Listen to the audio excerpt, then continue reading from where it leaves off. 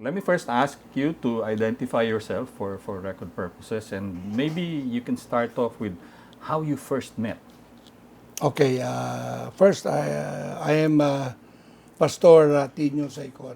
Okay. I am 67 years old. Uh, the first time we met with General Ramos at the time, General pa. he was just a general at the time, was in Camp Crame, Okay. together with General Cruz. Okay. Okay, now. This was in 1989. Okay. Okay, and at that time, we were already, meaning our group, we have a group, we call this the Gourmand group, no? Gourmand. Gourmand, yeah. We want to eat all the Yeah. time. So we have a group that always meets every Wednesday. Okay. Okay, these are the old man, the preeminent Teodoro Benigno of Philippine Star. Okay, then we have the chairman of the board of Caltex Philippines, Amaury Gutierrez. Then we have the vice president of Rojas Isia, Ray Julio Hidalgo. No, then we have my assistant at that time in PNB. When he was our controller in Davao Sugar Central, John Rania. Then we have our friend, a PR man by the name of Luis Morales. Then we have the president of Incrom, David Arsenas. No? Then we have our environmentalist at that time as Juni Calao of Haribon Society. We always gather on what would be the best and who would be the best leader. Remember, we are not looking for a president. We always refer two personalities as the best leader that can lead the nation. So, at that time, we already look at General Ramos. Okay. Maybe because of the biases we have, because we were together in EDSA, and we your group. supported, Your our group supported him in EDSA. And that we saw how he conducted himself in defending the Aquino administration in all the coup d'etat that were attempted. So we said that for continuity, everybody agreed and voted that we could and we should look at Ramos as the alternative. So this was all in 1989 and 90. How did you arrive at that decision? I mean, weren't there any other choices around? I mean, the choices at that time was Monching Mitra, who was there. Then there were other candidates like Medium Defensor. You have the way we process our choices Okay. is totally different from the traditional choices that people have. Like Monching Mitra, they will always claim they have the machinery, they have the network. In the Philippine history of political exercise, no machinery has ever pushed or won in any election. Why? It's still the people that choose the leaders. The power of the people's vote. And we saw that Monching Mitra is a traditional politician who would live on compromises. Now, on the problem with Miriam Defensor, she is, good in legal matters. Okay? But in handling, who will stop the coup d'etats? At that time, it was only President Ramos that could stop all adventurist movement by the armed forces. No one can. Imelda Marcos wanted to run,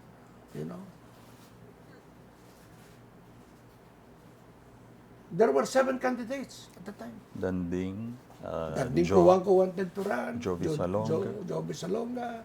You know. Yeah. So, But it was 89, sir. So, I mean, we have to... the campaign or even the thought of the next election was, what, You know, 3 years later? In choosing a leader, no, may I just expound on this now? You cannot just choose a leader a year before election. Okay. You have to study the historical background Okay. of who these people are. What is important is what, track record, no, that will contribute towards your decision-making ability. Okay. And this was a common, understanding among all the members of our group at that time. Remember, that same group became ultimately COPA in 1998, 10 years after. Yes. Okay? So imagine, that's how long, we consult, the spiritual leaders, that we always look at, as a basis, Okay. for helping us get the moral standard, of how a leader can be put into power. Okay. Roman Catholic Archbishop of Manila, Cardinal Sin, but why support a Methodist? No, Most of it you was guys, like this. huh? When we went to Cardinal Sin at that time, he said, I cannot support Ramos. So Talaga? frankly, he said, because he's a Methodist. Yeah.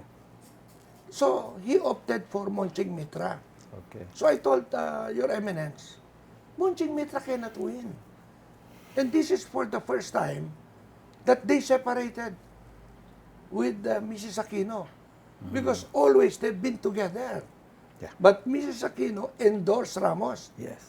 Cardinal Sin endorsed Monching Mitra. Okay. This is the first time they went separate ways. Okay. Okay. Okay. So you have to understand that I believe Cory took into consideration the sacrifices that President Ramos, then General Ramos as SND also at the time, put his life across the line in defending the administration.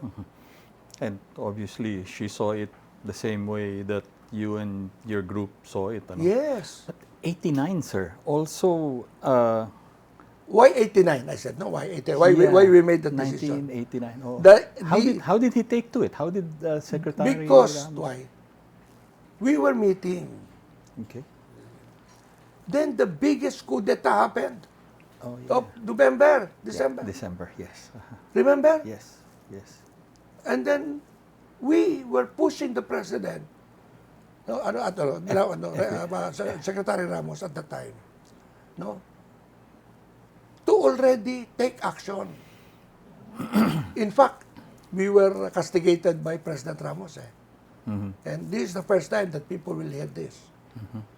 We were, at that moment that the coup d'etat was happening, Okay. we analyzed the event, that it has now become a loose ball situation. No one is in control of the ball. So we were pushing the president to grab the ball. You mean Secretary Ramos? Secretary Ramos. Okay, okay. Because you know what President Ramos, Secretary Ramos told us? He banged the table so hard. Talaga. Said, you people, you think more military than I do. Wow. You want me to grab the ball. And then I pulled the trigger. The fighting begins. Sabi niya, if the fighting begins, how do I stop it? Ah, okay. So he said, no, I will support Mrs. Aquino. By grabbing the ball, did that mean a scenario where he would take control of No, government? there will Was be a that revolutionary government. okay? Okay, there will be a power sharing. Okay. That is what we were. Cory will not be taken out. No, but we will tell Cory, we have to, because remember, 86 was a revolutionary government. It was. We wanted to go back to that situation because it was so quick to go back to the conventional. That's why the conventional traditional forces again re-entered the scene of politics. So yung mga kompromiso at corruption, nagbalikan din. Okay. Okay, so what we do at that time in 89, we said, sir, let's go back to the 86 Revolutionary. revolutionary government. But you and Cory, no? Shared leadership. We call it a council. Okay. Okay, a council. A Talaga? council of elders and leaders. Okay. Okay. But he obviously He was refused. against it, no? Oh, he banged the table. I thought the glass broke. Eh. Ano yun, minura kayo? O ano? Hindi naman, no. Ramos is not the type of a person that will utter those Okay. profanities. Okay. So he outright, he refused. He refused it. Okay. Sabi niya, no. So where did that leave you? So sabi niya, okay, then let's continue with what we're doing. Because at that time, I would always, I was already assigned to join in all his provincial trips all over the country. As Because Secretary of... No, he was Secretary of National Defense, but he was the Vice Chairman of the Peace and Order Council. Oh, yes. Yes. Because the yes. chairman is the secretary of the DILG at that time, yes. Luis Santos. Yes. Yes. But Luis Santos and I, he's my uncle, no? So Luis Santos gave Ramos, okay, the task to expose himself nationwide. That's why I said, Eddie, ikaw na ang mag-ikot sa buong Pilipinas para makilala ka. No, kasi you have to convene the provincial, Peace and Order Council. That small group, the Gorman We call group. it the Gorman Group, then it became the Wednesday Group. Wednesday group. Pero yun ba rin yung Alabang group? Or No. Iba pa yan? Nauna muna yung the Alabang Group came after the okay. convention. Okay. Which is ang nag-introduce ng Alabang Group was si Cesar Pio Roda. Okay. He was a colonel. Yes. Okay? Because it was through Cesar Pio Roda that si Tony Abaya at saka sina Tony Carpio was introduced to FVR. Then, the General Almonte was tasked by Ramos. Sabi mo kay Boy, emerged na yung group. Okay. So, but this was after the convention. Okay. So, 89. Did he say yes? Give it a, His body language he was receptive to it. Okay. But there was one criteria, he said. We must get the endorsement of President, Corazon C. Aquino. Okay. So what did you do next? I mean, We had to prepare the... were you even tooled up? I mean, organizationally. I mean, you were going to run. You were going to match yourselves against the LDP. That's why he brought me all along with all his provincial trips. Okay. Was to start gathering and creating the network. Okay. As he is talking to the Peace and Order Council, I talked to the businessman. I talked to the local political leaders. You were doing the groundwork. These were the oil spots. He says, boy, create oil spots all over the country. And ultimately, they will link with each other. Okay. I heard the same analogy yesterday, from Maricor Imperial. But explain that to me again. Why the analogy for Because, oil spots? Remember, the president is an engineer and a military man. Okay. So, ang strategic position niya is to pre-position, people that you believe can be supportive of our effort. Okay? And from there where he is, he must also create 10 oil spots. Okay? All over. All over. So, let's say, like si Maricor, they are from Legazpi City, Bicol, Saro. Sa Bicol area. In Bicol area, it's not only Maricor. We have the father of Dante Jimenez, Captain Jimenez. Yeah, yeah. Okay? Who was one of our biggest supporter in Naga. Okay? And at that same time, we were able to recruit, no, Jesse Robredo as our candidate, which became a big battle because Jesse Robredo was an adopted son, no, of the Villafuerte family. So he went against the Villafuerte because Villafuertes were for Monching Mitra. LDP. Yes. Yeah, yeah. So tell me about the organization work that you were doing. I would contact immediately the local radio networks. Okay, provincial radio networks. Okay, and then immediately we have already prepared what we call stories, Okay. that pertains to FVR. Oo. So what we do is contact the publication of ang publication is bi-weekly in the Yes, provinces, yes. bi-weekly. Pag tinanong ko, let's say, ilan ba ho ang iniimprenta po ninyo? Sabi nila, wala ho, mga 1,500 lang ho kami every week. Okay. Print me 3,000. Wow. Okay? I'll buy all of it. Okay. It's cheaper eh. Ah. But, akin na editorial. Akin na istorya. Yung headline, Fidel Ramos. Okay? And we time all of this during a visit of FVR, and this newspaper will be scattered all over the province. Sometimes 5,000 copies, 3,000 copies. You were creating the wave, the ripples. We're creating, and what we call, the introduction of who this person is. While you were working on all this organizational and groundwork, accompanying Secretary Ramos, and then you joined the LDP, became part of the nomination and selection process. You lost it eventually. Yeah. Kailan immediately nagkaroon ba ng decision, we have our base of supporters? Okay, We have, I'll tell you diba? already. On the night that we lost, we met at 8:30 at Piso Building, where, as I told you, we were only 9 people. Siyam na lang. Napakalungkot nung araw na yun. Okay. But I told him, sir, we have to proceed. And Okay. it was the consensus of the others. Total, we wanted to do this by ourselves as a non-traditional campaign. So we just go back to where we began. The original plan. Original plan. O sabi niya, anong partido natin?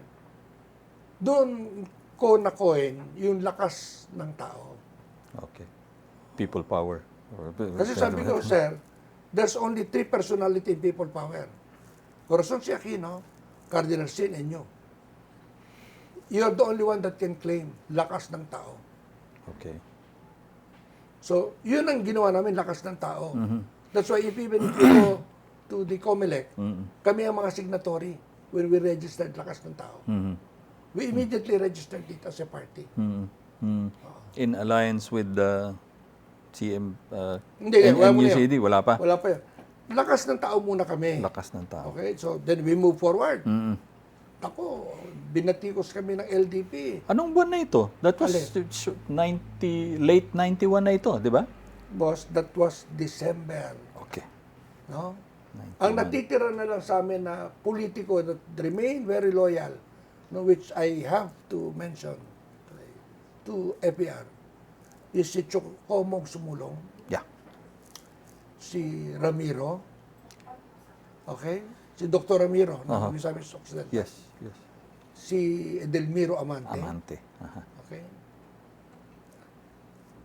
Only 4 eh. I know there's only 4 left. As we were moving forward, Okay. we had to gather again our donors and our sponsors. Yeah. It was hard to explain. Sabi niya, boy, you're written off. Natalo na kayo sa convention eh. These were the donors and Oh, supporters sabi niya, telling tapos you. hinihingan mo pa ako. Okay. Sabi ko, it was just a setback. We were forced into it, Okay. but our machinery and the popularity of FVR is still very strong in the countryside. Why? Because very few people know we created the grandfather of all grandfather in terms of creating a survey. What was that? We surveyed the whole nation with 55,000 respondents. Ang laki nung ano. Ng Ang laki, base. yeah. Okay, now, what did we do? It's not the strength of Ramos we surveyed. We surveyed the weakness of Ramos in the different areas. And Ramos wanted to identify these areas. And this was where we concentrated our artillery, we call it artillery. But Okay. this is what Ramos says. Iho, mahina tayo, no? Sa parting Bisaya, Iloilo. The survey was to identify where he was weak. Weak. Geographical, Geographically. political area. Yes, Okay. area. Mahina tayo sa Iloilo. Sa Kandihay, no, the towns, everything. Okay. Bombard it with information. Meaning, pag sabi bombard with information, para sa military mag-order eh. Yeah. Sige sir, takbo na kami ng Iloilo, takbo kami sa radio local station, takbo kami sa local yung CCTV, takbo kami sa local radio stations, saka mga print ad, gawa na kami ng mga storya. No? Okay. Bobombahin yun. Tapos, after that, Ramos will order, survey it again. Kung may effect. We were doing this below ground. O sir, nag-improve yung rating doon. Tumaas. Ano? Bombard it with more Talaga. information. Oo. Alam mo, tactical ang lahat ng kay Ramos. He was ano, no? He knows. Strategic and tactics, ano. So you brought the battle to the front lines, ano. Hindi masyadong tama, no? Hindi masyadong nakatutok sa national, pero where the boats would be coming from, Correct. doon mo binira. Because these people are not traditional. Okay. They look at Ramos as the savior of the country. Because in all the coup d'etats, yun pinapalabas namin na lahat ng istorya, he was saving the country. No? So, to continue the democracy that Cory has already granted to the Philippines, we need that economic and peace. That's why in the time of FVR, not a single event, to destabilize it by the military ever happened. Not even a single. The economic growth was very strong. Tell me your views again about how UPPM, Lakas ng Tao, as an organization matched up against LDP. Okay. That was a solid political... The LDP can only claim that they have the most numbers of elected officials. Okay. But if you will compute the votes of every official of the LDP, meaning the congressman, the highest vote of one congressman is only 28% of the vote in his district. So what happens to the 62%?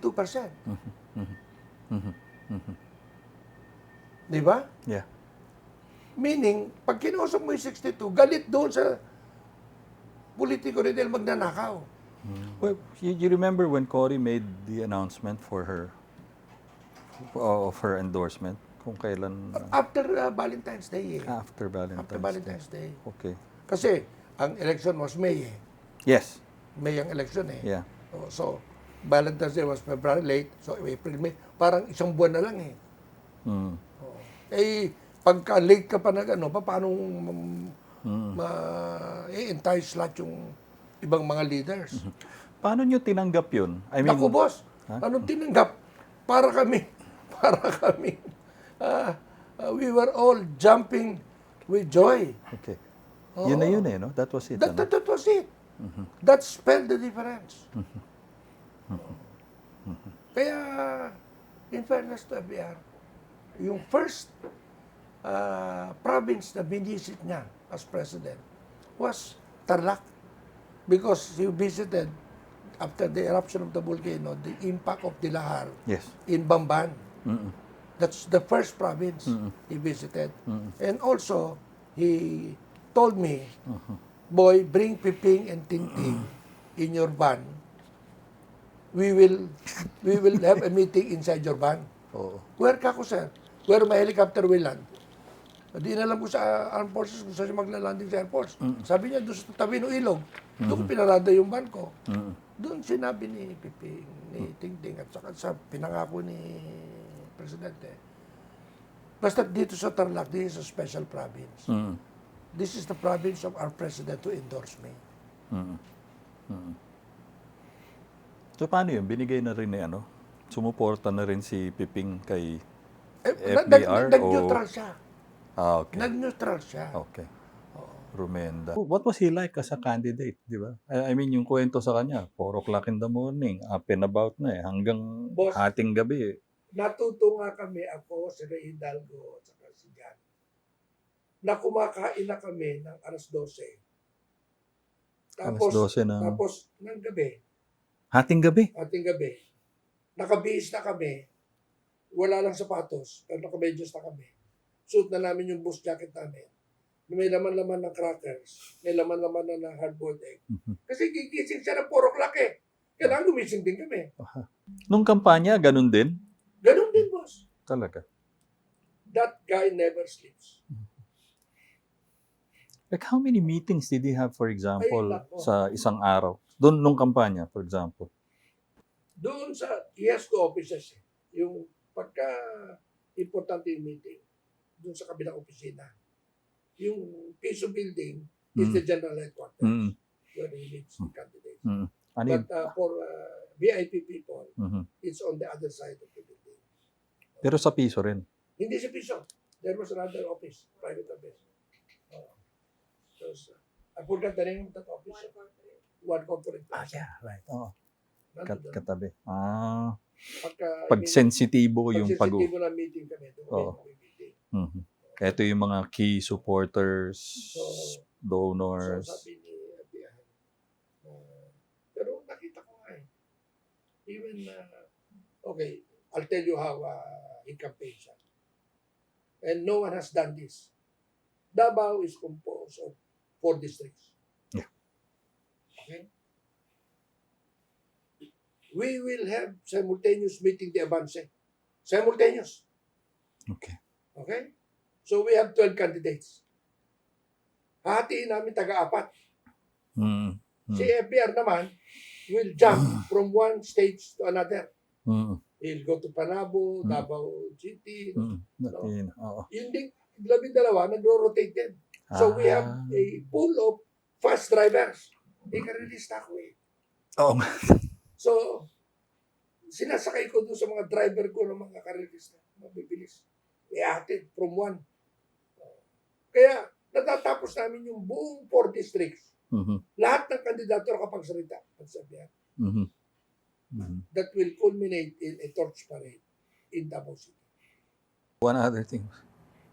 The media covering the campaign said that you were also their shepherd. Yes. Okay, it all started like this, no? When I was made the first spokesperson of FVR, when he was SND, because I had to take care of the Defense Press Corps. Sila Mugato, si Jessica Soho, no? The big guns today, no? Pati si Joe Capadosa, si Joe Cap, no? Sila Maricar, in short, they were all assigned to me, no? During the campaign already. Sabi nila, gusto namin si Mr. SAYCON na kasama. No? Kasi sa akin, lahat ng sikreto na wala kaming inaano eh. No? At the same time, mababait yung aming mga leaders, ting uuwi sila, may mga bayong silang dala ng prutas, may dala ko ano yung mga, alam mo na, binibigay ng mga taga-probinsya. Yes. So, yung media, practically, we're very supportive of FVR. I will not say I'm the handler, but I could relate, no, to their wanting really to support FVR. I would say in general, media, mga 75% was for FVR, both print and television. But he made good copy. Boss Ramos is what you see, is what he is. He has no pretensions in life. Kung meron man siyang isang, sabi ko nga, na problema, that's something personal, that's human frailty. Ayun, sabi ko, wag na natin pag-usapan yun eh. No? But Sige, sabi kanya na ko, yun. marami din walang exception. From the President of the United States, no, to the President of any other country. Merong mga frailties yan. But sa FBR, yung sincerity niya, no, offsets all these frailties. Walang pretension. Some people also say that it was during this period that they saw the metamorphosis, the transformation of Fidel Ramos from very stiff-lipped military man, and then he transitioned into, political savvy. Tinuturuan siya sa kanyang speeches, so pinaharap namin sa salamin. Yan, sige, tell me about that. So, let's say, bibigyan siya ng speech. Alam mo naman yung military, stiff yung voice. Parang, imbis na lagyan niya ng softness, no? Endearing sound. Wow, ganun. So, tinuturuan siya nila Teddy Benigno, no? Sila nagme-mentor noon. No? Ano yung effort talaga to, In a while, tinuruan siya ni Maria Montalibano nung beginning. May effort talaga na, to make him, look softer, to make him look more approachable. Ano? Hindi yun eh. Kasi as a military man, there is that what we call instilled discipline, fear. Okay. Now, how can you now transform him into a civilian with a kind-hearted, image? So, yan, mga nagtulong-tulong dyan, yan si Louis Morales, no, si Teddy Benigno, si Maria Montalibano, no, but on the latter part, tumulong na rin niya sila Bel Abaya, but this was after the convention. Kasi, imagine, he is talking on the stage, no? Talaga naman, pag kinumpare mo silang dalawa ni Monching Mitra, kung ako yung taong nanonood, boss, boboto ko kay Monching Mitra. Ang lambig ng boses. No, he is very, kumbaga nga, he will captivate you with his fatherly sound. Sabi niya, this is the crowning glory of my political career. Ako po'y nakikiusap sa inyo. Hindi magawa ni FBR yan. Ako nakikiusap sa inyo. No? So, iba ang dating. No? Para bang, ba't ako parang natatakot? So, it took time for him to metamorphosis into nga what we call the soft FBR. And was he able to achieve that by the time he, Na-achieve niya na yun. He injects jokes into it, including his glasses with no glasses. He will touch it like that. Then tabako niya na. Sabi niya, kagat lang siya ng kagat. Sabi niya, sir, ba't di naubos yan? Hindi maubos to. Habang minamasahe ko, mahaba eh. Tawa na naman. He injects now these jokes into his he became speeches. So, nagso-soften up yung mga tao. And it made him, more endearing. Endearing. makulay din pala siya. No? So, nanalo na. Alam na ninyong uupo. Were you expecting, I mean, for everything that you were doing for him? I mean, you know, the first time you came in, 89 ka mo. Nagmamasid-masid na kayo, tinitingnan ninyo kung sinong pwede. You identified him, you spoke with him, you met with him. And everything else, LDP, convention, or eto na, nanalo na. What were you expecting? Nothing. In Because return? why? I was running Davao Sugar Central. I just bought it. I borrowed 180 million from Metro Pacific Corporation and bought Davao Sugar Central in Davao. Oh, I cannot leave it because I had a 5-year, agreement, no, in my collective bargaining agreement with the workers and planters. To turn it around. Oh, I bought it in 1989. So 90, no, 91, 92, 93, 94. Hanggang 94 ako, paano kung magtatrabaho? Yung binigay niya, unang trabaho sa amin, dun sa appointments, na 4 kami. Ako, si John, si Ray, at saka si Lumawig. Kami nag-aayos ng appointments. No? Anong mga pangalan ulit, sir? Si Bert Lumawig, Yeah. si John Rania, Ray Julio Hidalgo, at saka ako. Okay. So sabi niya, every Wednesday, i-present nyo sa akin yung mga nominees for the different positions in government. Okay. Doon lang, nakita ko na makakaaway ko yung mga politiko. So after siguro 1.5 months, I wrote the president a letter. Sir, I'm turning over this committee to the office of the executive vice president. To the executive secretary. Kasi Ano yun? sabi ko, Nakasumpa na siya noon o hindi nakasumpa pa? na. Dahil gumagawa na kami ng appointment paper Okay. Okay. Mga appointment papers So you had a very short stint in government for 1.5 months lang. What would you recall? What would be your FVR moment? Your best recall? Ang sa akin, the shining moment is that in this history of ours, there's only 2 general of this republic that ever became a president in 100 years. That's General Emilio Aguinaldo and General Fidel Ramos. I was very proud of that.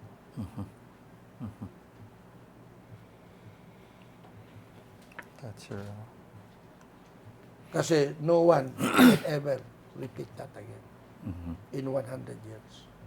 That's why he is the centennial president. Oo na, no? 1898, 1998. 1898 up to 1998. Oo. Siguro huli na. Ano yung huling ano yung to your view is FBR's greatest legacy na pinamana niya Sa Pilipino? Yeah. Okay. Is there just one or if you have several that you can think Alam mo, of? sa FVR, number 1,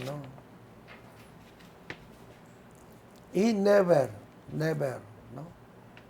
allowed himself to be pushed around by any foreign power. To me,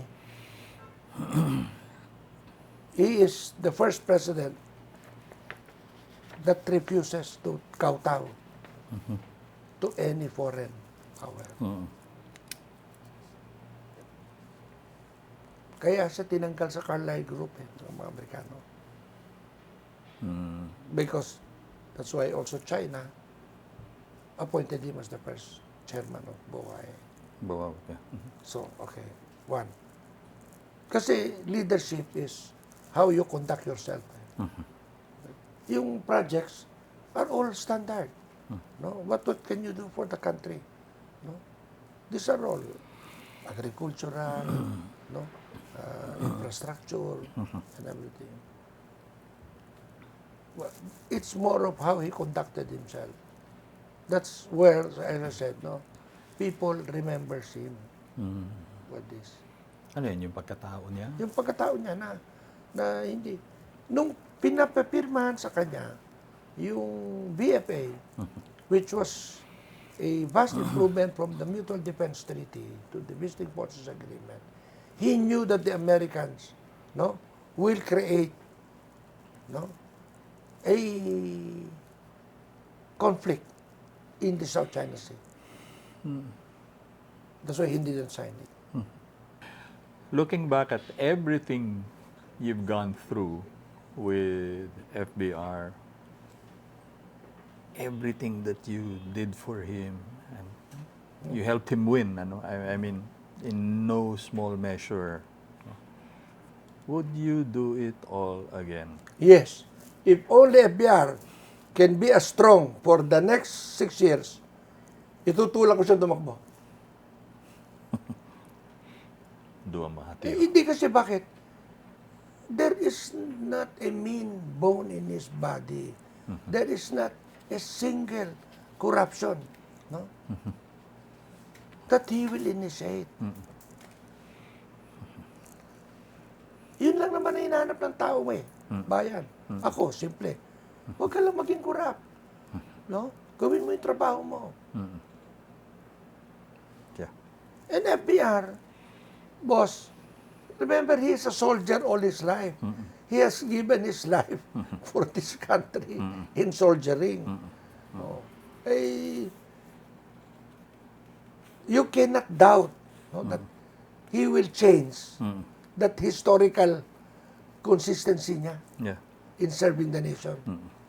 Kaya sabi ko, kung yan may 6 years pa, patakbuhin mo yan. Thank you very much for your time.